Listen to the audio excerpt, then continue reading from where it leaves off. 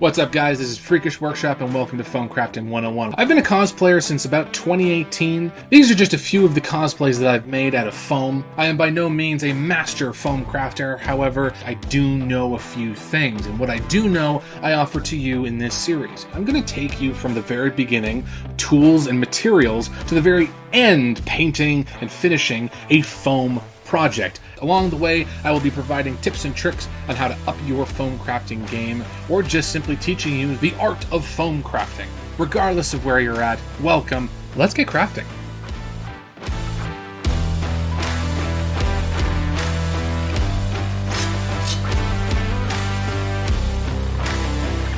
So to begin your foam crafting adventures, you're going to need tools and materials. Let's start with the tools part. No one is paying me to talk about these items. These are simply the items that I use on a day-to-day basis for foam crafting. So to begin, markers. You're going to want to pick up some markers. Sharpies, preferably, again, whatever black cheap marker you want. I recommend black and I recommend a silver. As some foams, black marker doesn't show up very well, so silver is your next go-to. The next thing is foam cutters. Now, craft scissors are fantastic and they are great for any foam that's thin enough to use them. However, if they're not sharp, you are going to get some weird, funky kind of cut marks on your foam edges, which is where knives come in. Now, be safe with knives. Again, you know, if you're a kid, get your parents to help you out. I recommend getting both a craft knife, which is essentially a scalpel, and an X-Acto knife, something with an extendable blade like so. Spare blades can be found readily online in the hundreds for really, really cheap. Craft knife is fantastic for small detail work or thinner foams, and while the X-Acto knife is fantastic for medium to thick foams, especially when you get into the high density type of craft foam. Which is why I recommend you get both of them, as they do different things. So, craft knife, X-Acto knife, and craft scissors. I'd recommend getting all three. Now, before we get into glues, I do want to talk about two factors that you should think about when it comes to glues that you use. That is work time and that is bond strength. When I talk about work time, is that the amount of time it takes to bond the two pieces once they are pressed together. Some glues are really long work times, as in you put them together and you can kind of move them before the glue sets and then you kind of have to rip them apart. Other ones have incredibly quick work times, where the minute they touch, they're now pretty much fused. So those two factors are something you're going to want to consider when it comes to what glue you want to use. The first kind of glue that I recommend, honestly, is hot glue. Cheap and nasty hot glue. Hot glue guns, again, you can find at pretty much any dollar store, and same with the hot glue itself. Both can also be found online. Hot glue is a fantastic glue, as the work time is really, really long. Once you put it down, you do have a considerable amount of time to actually put the two pieces of foam together. And the bond is not, you know, do or die, you know, they're now fused together at a molecular level. You can pull them apart if you pull them apart, you know, soon enough from combination. So that's why I recommend hot glue as a great beginner glue. The second kind of glue is super glue. I recommend the Gorilla brand, this one in particular with the blue cap. It's a fantastic glue. The work time is incredibly quick, so you do have to, you know what you're doing. However, for small details like rivets, anything like that, super glue is fantastic for it. The bond is pretty tough, so once you put it down, it'll be pretty hard to separate them without ripping the foam. The last glue I'm going to talk about is cement glue. Now, this is the brand that I use at Dollarama here in Canada. Honestly, a bunch of companies at, like, say, a home hardware store, you will be able to find a cement glue. Cement glues have a very, very short work time and an incredibly strong bond. All these glues have positives and negatives, so it's completely up to you where you want to start. Again, I recommend cement glue or working your way up to cement glue, as the bond is fantastic and it's really easy to get.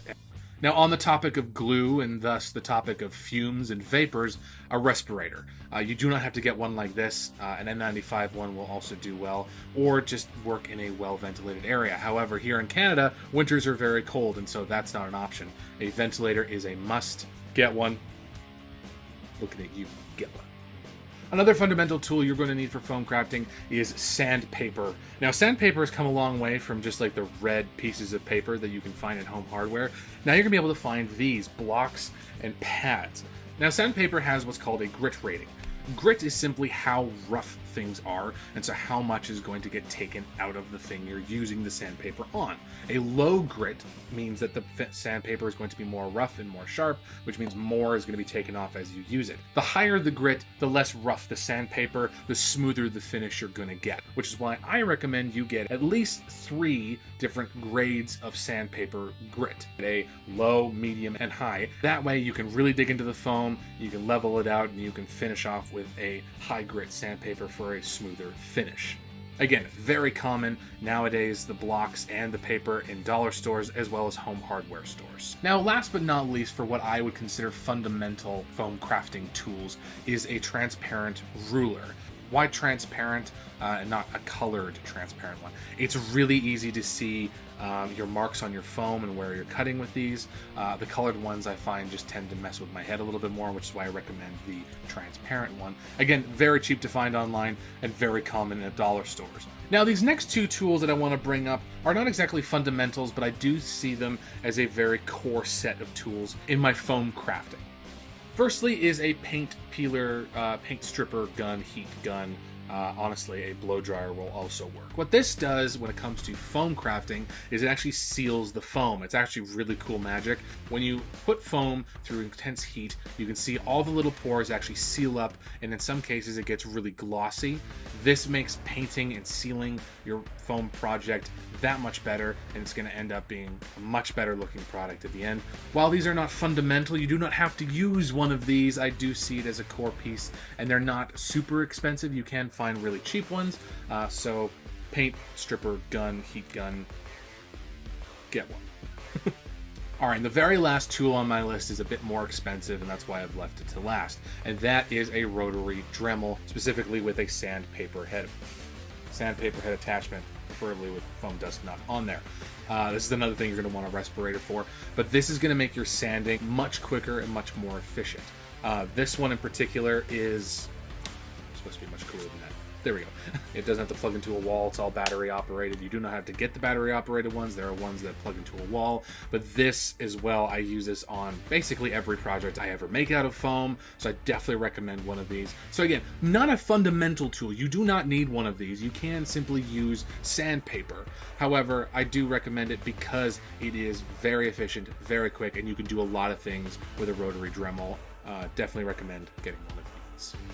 And that's it for tools that I recommend and I see as fundamental to foam crafting, at least in my experience. So you can go ahead and get your foam crafting venture started better equipped than simply finding out on your own. Now, that's not to say that this is a list of how you should do things. Find the tools that you can get access to, find the tools that you're comfortable with, and work with those. I'll always tell you to do that rather than following a list that someone on YouTube is telling you to go buy. And that's it for me.